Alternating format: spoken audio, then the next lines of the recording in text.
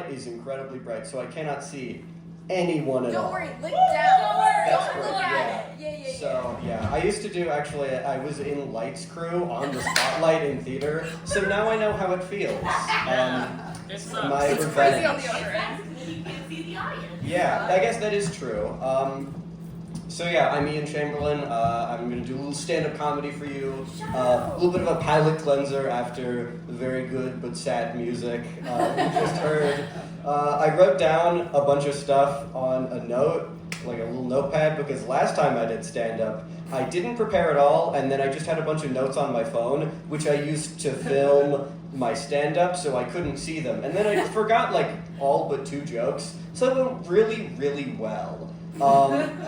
See, I just wrote down, like, a general list of kind of what I want to do. All right, so, eggs, milk, flour, yeah, that's not... Grocery list. So yeah, I'm Ian, I'm 17, I just finished being a junior in high school, which is the worst year of being in high school, but I think it's good that I'm a little bit younger, like on the stand-up side of things, because that gives me a little bit of a unique advantage, I have a little bit of a fresh perspective, but the weird thing about being 17 that they don't tell you is most people who are 17 get older eventually, so I'm gonna have to find some kind of new gimmick at some point to keep me relevant. I've been thinking about it a lot because I'm 17 and I have nothing else to do. And I finally settled on doing crowd work eventually when I get older. I think that's like an untapped market that no comedian has ever done before. I think it'd be really, really good, especially for like social media. I don't know why no one has tried it before. But yeah. Senior year is what I'm going into. Junior year, I want to talk about it a little bit. It is usually the most stressful year, and a lot of that is just because of how many tests you have to take. Like, for example, I took 2 AP classes this year. Let's not give it up for AP tests, actually. They're very hard and stressful. I did not like them.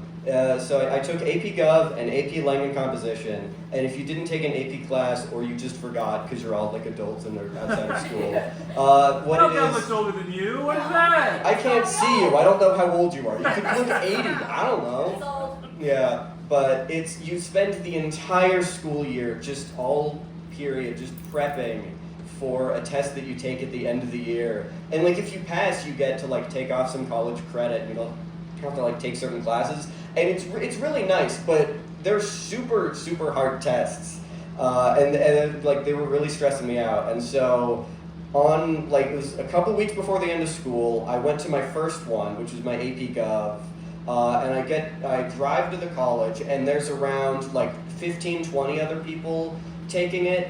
And when we get to the room, we start signing in on our Chromebooks onto some program that I forgot the name of because I don't care enough to remember. But it is an incredibly silent test. They take this very, very seriously. When like the instructor guy, the proctor, whoever, like put on like the code at like in the top of the like classroom so that everyone could enter it in and take the test, and like he would say like J, and then everyone would just type J like simultaneously. It just sound like like a symphony of like 17-year-olds typing. It was a really interesting sound, but like aside from typing, the room was dead silent. You could hear someone imagine a pin dropping.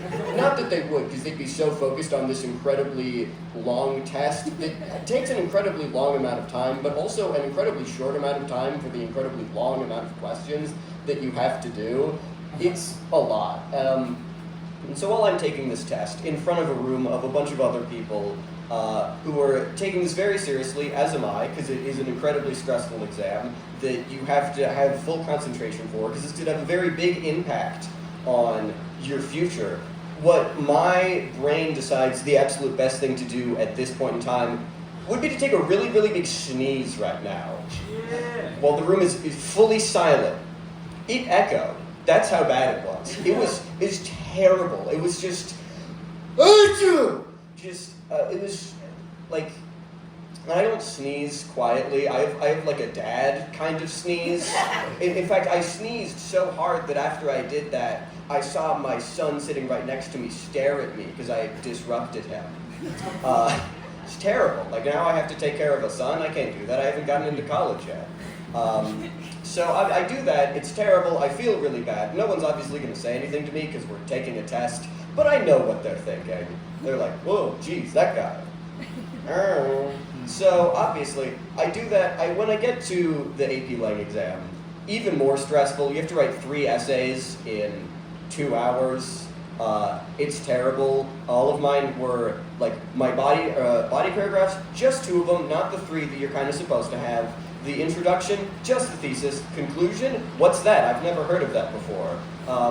So, you know, even more intense than the first one. Taking my time. I don't want to repeat the mistake that I made the first time. So obviously what my brain decides to do again is sneeze. Just as loudly, just as quietly, just as more echo even. And it's terrible. I have a second son now. I have to take care of both of them on like pretty much no salary because I can't get a college education. Because I sneezed too hard, distracted myself, and then I failed. I don't know how to end that one. Kind of like the essays in my AP Lang exam. Just 2 brief body paragraphs, and then no conclusion. So I've been thinking of picking up the French horn recently. Okay. Not learning how to play it, just picking up the one that's been sitting right next to my door for a couple of weeks. It's really infuriating whenever I have to open the door, which, as you might imagine, happens like once a week. So I've been thinking of learning the French horn. Again, not how to play it. I don't want to do that. Disgusting. Sorry, if there are any French horns in the audience, I apologize. But yeah, learning how to spell it. I'm not good with French. Never learned how to do foreign languages. Actually, I took Spanish in high school. And do I remember most of it? No. Or in Spanish? No. All right, what else do I have on my notes? Give me a second. I think that's most. I'll leave you with one more joke. So, I have a friend. You wouldn't know him because he's not real, and I made him up for the purpose of this joke. But so he has a lot of phobias, and so it really took over his life, controlled him. They're absolutely terrible. So what he thought the best thing to do would be to go into some exposure therapy to try and conquer him head on, just get rid of him, which I would think is honestly a really good way to deal with it, except he was like absolutely terrified of death, so I haven't seen him since. It's because he moved, actually. He graduated high school and then moved. Yeah! That got something. I think that's all my jokes, actually. Once again, like my AP Lang essays, no conclusion. Just the end.